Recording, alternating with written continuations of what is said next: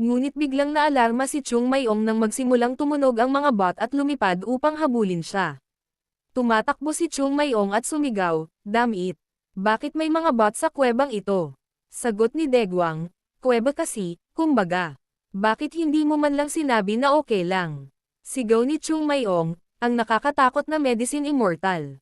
Siya ay purong kasamaan. Bakit niya huhulihin ang mga bot na iyon hanggang sa Yunan para palayain sila dito? Tinawagan ni Chung Mayong ang kanyang namatay na senior brother at sinabing, "Senior brother, kung makita mo ang bastard na iyon sa langit, mangyaring talunin ang shit sa kanya." "Para sa kapakanan ko," sumagot ang kanyang imaginary senior brother, "paano ko matatalo ang pinakamalakas na tao sa mundo?" Sagot ni Chung Mayong, "Atakihin mo na lang siya sa grupo tulad ng lagi mong ginagawa." "Yan ang lagi mong ginagawa sa akin," sigaw ni Degwang, "baliw na brat. Bakit ka ba nagsasalita ng kalokohan sa sarili mo?" Sagot ni Chung Mayong, "Huwag pansinin, tumakbo ka lang." Napansin ni Chung Mayong ang presensya ng isang demonic na bot na papalapit para kagatin siya, kaya wala siyang choice kundi iwagayway ang kanyang kamay para suntukin ang bot na ito. Habang sinusuntok niya ang demonic bot, naramdaman niya ang malakas na panginginig ng boses sa kanyang kamay, at natatanggap ang kanyang kamay ng mga pasa dahil sa tigas. Sabi ni Chung Mayong, "Anong nangyari?" Iyon ay halos tulad ng paghampas ng bakal. Isang pulubi na tumatakas ay kinagat ng demonic bot. Sigaw niya, "Braso ko. Hindi ko maigalaw ang braso ko." Si Dagwang, habang tumatakbo para sa buhay, sumigaw, "Damn it! Nakakaparalisa ng lason. Bakit meron sila nito?" Bilang karagdagan sa mga katawan na matigas gaya ng bakal, paano pa nga ba umiiral ang mga naturang bot? Kinagat-kagat din si Degwang ng bot sa balikat kaya't wala siyang choice kundi tumalikod at lumaban. Sabi niya, "Ang pag-hack kay bot, mga nilalang lang, pinilit mo akong gamitin ang martial arts ng beggar sect." Ginamit niya ang teknik na tinatawag na walong lasing na walang kamatayang palad para salakayin ang demonic bot, ngunit hindi niya nalampasan ang pag-atake sa bot sa kanyang isipan, naiwasan nito ang pag-atake ko. May mga ganitong halimaw ba sa mundong ito? Tapos biglang lumipad ulit yung bot na yon at kumagat ulit sa balikat niya. Sa isip ni Degwang, mas nasasabik ang mga halimaw na ito matapos makaamoy ng dugo.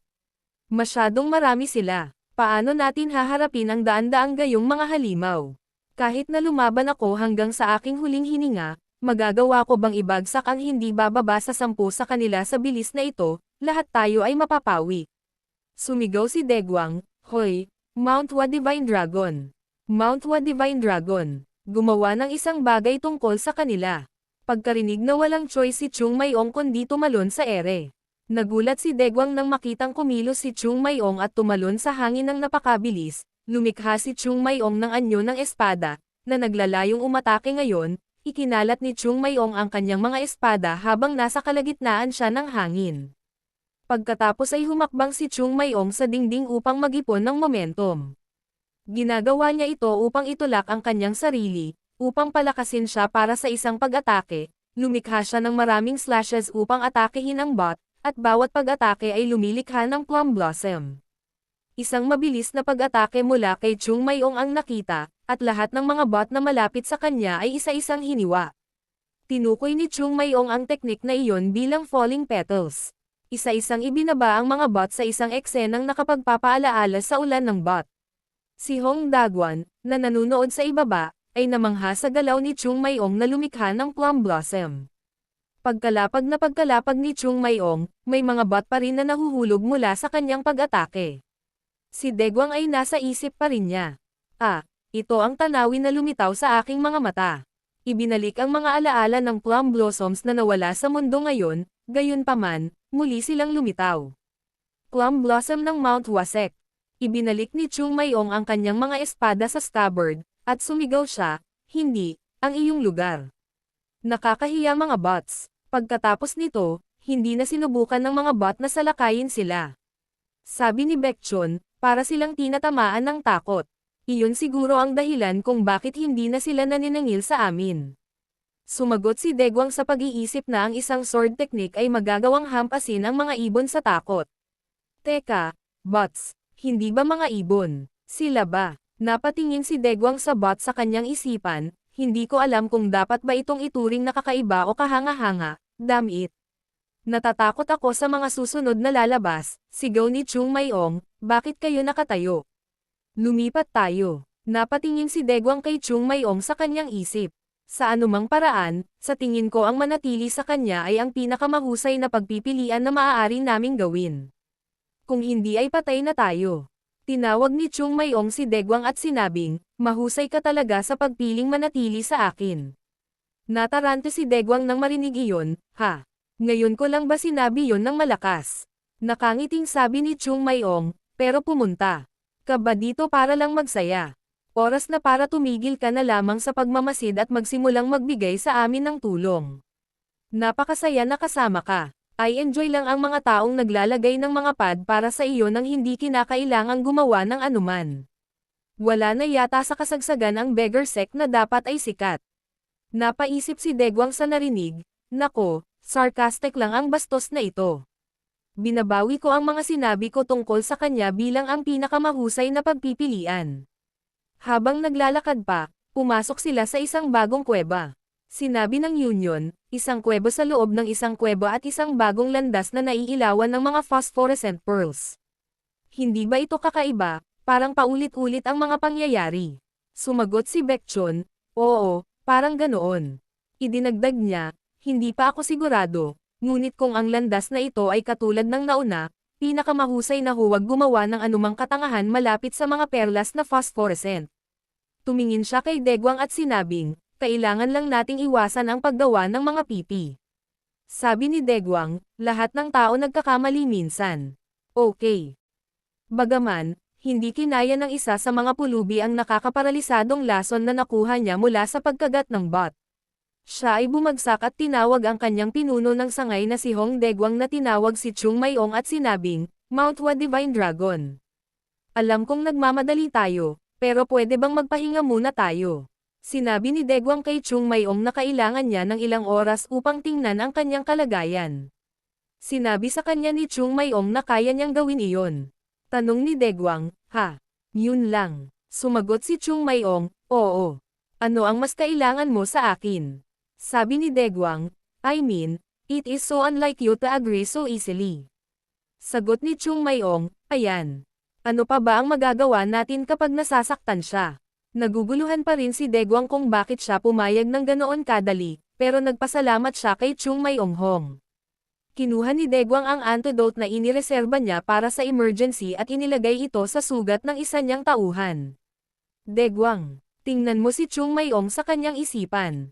Hindi ko talaga gets kung ano ang nangyayari sa ulo niya. Hindi siya mukhang mag-aalaga sa iba batay sa kung paano siya karaniwang kumilos. Gayunpaman, handa siyang isantabi ang kanyang sariling interes pagdating sa mga tao. Mayroon ba talaga siyang mga katangian ng isang chivalrous warrior? Tinitingnan ni Chung Mayong ang mahabang landas na kailangan nilang tahakin sa kanyang isip. I am sensing energy waves. May nangyayari. Sa medyo malayong lugar, nakikita ko itong mamamatay tao at lumaganap ang hangarin sa pakikipaglaban sa buong lugar. Alinman sa isang malaking labanan ang naganap doon, o ang mga nahulog sa isang bitag ay nakikipaglaban sa isang bagay. Hindi na natin kailangang pumunta doon ng mabilis at tulungan sila sa kanilang paghaharap. Kung maglalaan tayo ng oras at maghihintay, magbubukas sila ng landas para sa atin. Iyon ang dahilan kung bakit hinayaan ko silang mauna sa akin. Hindi namin alam kung anong uri ng mga bitag ang layo. Hindi ko marinig kung lilito muli ang mga demonic vampire bots noon, kahit ako ay mapapagod din sa huli. Kailangan kong panatilihin ang lakas hanggat maaari. Natutunan ko na ito ang pinakamahusay na paraan upang mabuhay sa ganoong lugar. Napaupo na lang si Jogel dahil sa pagod. Ang sabi niya, sus, kahit ang pagkakaroon ng 10 buhay ay hindi sapat para mabuhay sa isang lugar na tulad nito. Sumang-ayon si Yunjong sa sinabi ni Jogel. Si Chung Mayong naman ay ngumiti lang sa kanila at sinabihan silang tumigil na sa pag-ungol. Nakatingin lang si Yunjong. Sa isip niya, parang sanay na siya sa lugar na to, kahit hindi pa siya nakakapunta dito. Sa isang lugar kung saan walang gaanong liwanag, kailangan nating maging alerto sa lahat ng oras, dahil hindi natin alam kung anong mga bitag ang naghihintay sa atin, ngunit ang bawat hakbang ay maingat na napapagod ang mga tao ng higit pa kaysa sa inaasahan nila. Tanong ni Yunjong, Chung Mayong, hindi ka ba napapagod? Sumagot si Chung Mayong, bakit ako magiging ganito pa lang ang simula? Kung ang lahat ng mga bitag na kinakaharap natin ay ang pagkakaayos ng walang sugat na sword interceptor, tiyak na marami pa. Magiging iba ang mga bagay, gayunpaman, kung walang anumang mga bitag. Natarante si Yunjong. Ano ang ibig sabihin ni Chung Mayong na ito ay simula pa lamang at tungkol sa pagsasaayos ng mga bitag? Iniisip lang ni Yunjong, bakit sinasadya ng isang walang sugat na sword interceptor ang mga bitag na iyon? Kaya tinanong niya si Chung Mayong. Aniya, kung ganoon, bakit ang walang sugat na interceptor o ang Medicine Immortal ay lumikha ng isang lugar na tulad nito? Kung gusto niyang iwanan ang pinanggalingan na tableta ng enerhiya, kung gayon ay ginawa na lang niya ito. Ang parehong napupunta para sa mga banal na armas. Habang siya ang walang sugat na sword interceptor, nabuhay din siya bilang Medicine Immortal. Bakit siya gagawa ng mga ganitong bitag at ilagay sa panganib ang mga taong pumasok sa kanyang libingan?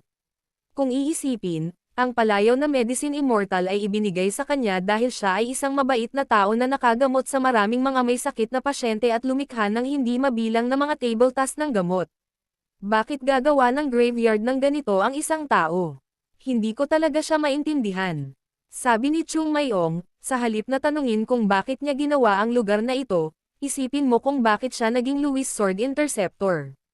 May isang bagay na sigurado ako sa mga tao. Nagtatanong si Yunjong kung ano iyon. Sagot ni Chung Mayong, ang tao ay hindi mahuhulaan. Kahit na ang mga taong sa tingin mo ay lubos mong kilala ay maaaring gumawa ng isang bagay na hindi mo akalaing gagawin nila. Paano mo masasabi kung ano ang iniisip ng isang tao 200 taon na ang nakalilipas? Kaya hindi na kailangang subukan at intindihin siya. Nandito lang kami para kunin ang gusto namin. Iyon lang. Hindi mahalaga kung ano ang iniisip niya. Sa narinig ay napaisip si Yunjong sa kanyang isip na cold-hearted, pero tama siya.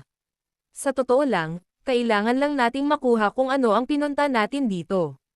Hindi na kailangang intindihin ang walang sugat na sword interceptor. Gayunpaman, hindi ko maiwasang maramdaman na may dahilan kung bakit niya ginawa itong graveyard. Pakiramdam ko ay may gustong sabihin ang walang sugat na sword interceptor, na dating Medicine Immortal, sa mga makakahanap ng graveyard na ito. Sabi ni Chung Mayong, tsaka, kung iba ang intensyon sa atin ng email, pipiliin mo na lang bang bumalik nang wala ang Origin Energy Pill? Sagot ni Yunjong, syempre hindi. Sabi ni Chung Mayong, wala akong interes sa kung anong kwento ng isang tao ng nakaraan. Ang mahalaga ay ang paraan ng paglikha ng Origin Energy Pill ay maaaring nasa dito na may nasusunog na mga mata. Sabi ni Chung Mayong, hahanapin ko ito, kahit na ang buhay ko ay kabayaran, gagawin ko. Sinigawan niya ang matandang pulubi na si Hong Daegwang, tinanong kung tapos na ba sila sa pagpapagamot. Sinabi sa kanya ni Daegwang na tapos na sila. Tanong ni Chung Mayong, dinala mo ang panlunas sa paralisadong lason. Sagot ni Daegwang, to be accurate, ito ang panlunas sa paralyzing powder. Dinala ko kasi hindi naman namin alam kung sinong magkikita kami pero effective naman. Gayunpaman, sinabi ni Chung Mayong, oh, kung iisipin ay nagdala ka ng mga bagay na ganyan. Natatawang sagot ni Daegwang, para kanino mo ako kinukuha? Kilala ako bilang matalinong tao ng sektang pulubi, kahit na hindi ko ito kamukha sa iyo. Sinabi sa kanya ni Chung Mayong na kailangan nilang lumipat kung natapos na niya itong gamutin. Pagkatapos ay naglakad sila ng ilang milya. At sabi ni Daegwang, seryoso, basta. Gaano kalaki ang lugar na ito? Medyo malayo na ang nilakad namin. Sumagot si Chung Mayong, ang kuweba ay bahagyang kurbado, kaya ang aktwal na distansya na tinatakpan ay malamang na hindi ganoon kalaki. Kaya dapat nating makita ang dulo ng landas na ito. May limitasyon sa kung gaano kalaki ang isang underground space na magagawa ng isang tao. Kung tutuusin, sa isip ni Chung Mayong, may problema, bagaman, sa dulo ng landas na ito, haharapin natin ang mga nauna sa atin.